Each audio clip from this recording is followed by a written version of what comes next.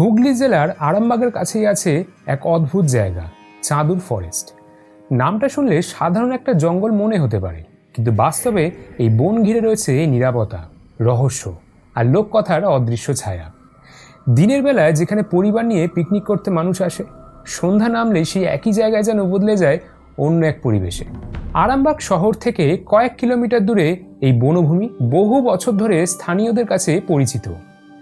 সামাজিক বনসৃজন প্রকল্পের অংশ হিসাবে গড়ে ওঠা এই সবুজ অঞ্চলে শাল, সেগুন, সোনাঝুরি সহ নানা গাছের সারি মিলিয়ে তৈরি হয়েছে এক মনোরম পরিবেশ।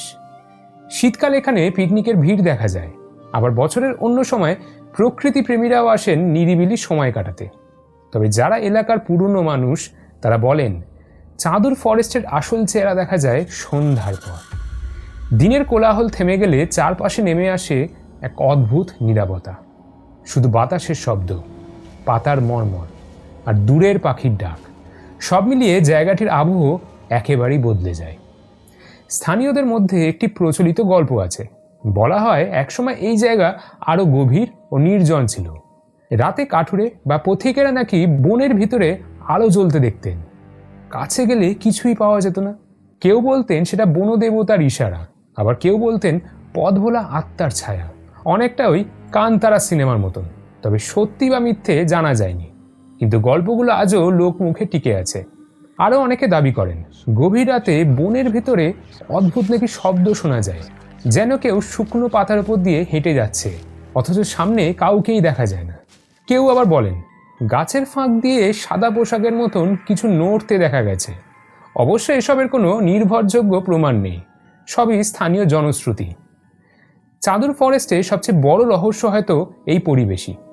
দুপুরে যেখানে পাখির ডাক আর মানুষের হাসির শব্দ, সন্ধ্যার পর সেখানে নেমে আসে এমন এক নীরবতা যা সহজেই মানুষের কল্পনাকে উস্কে দেয়।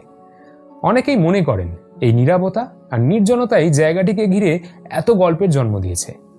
তবু শুধু রহস্য নয়, প্রকৃতি প্রেমীদের কাছেও এটি একটি প্রিয় স্থান। শহরের কোলাহল থেকে দূরে গাছের ছায়ায় বসে সময় কাটানোর জন্য জায়গাটি আদর্শ। তাই একদিকে এটি পিকনিক স্পট, অন্যদিকে লোককথার ভাণ্ডার। চাঁদুর ফরেস্টের সত্যিকারের রহস্য হয়তো ভূতের গল্প নয়, বরং মানুষের কল্পনায়।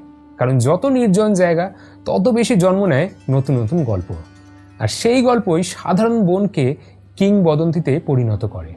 তুমি যদি কখনো আরামবাগ যাও, দিনের আলোয় ঘুরে দেখতে পারো চাঁদুর ফরেস্ট, কিন্তু সন্ধ্যার পর সেখানে দাঁড়ালে হয়তো তুমিও বুঝবে কেন এই জায়গাটিকে ঘিরে এত গল্প জন্মেছে।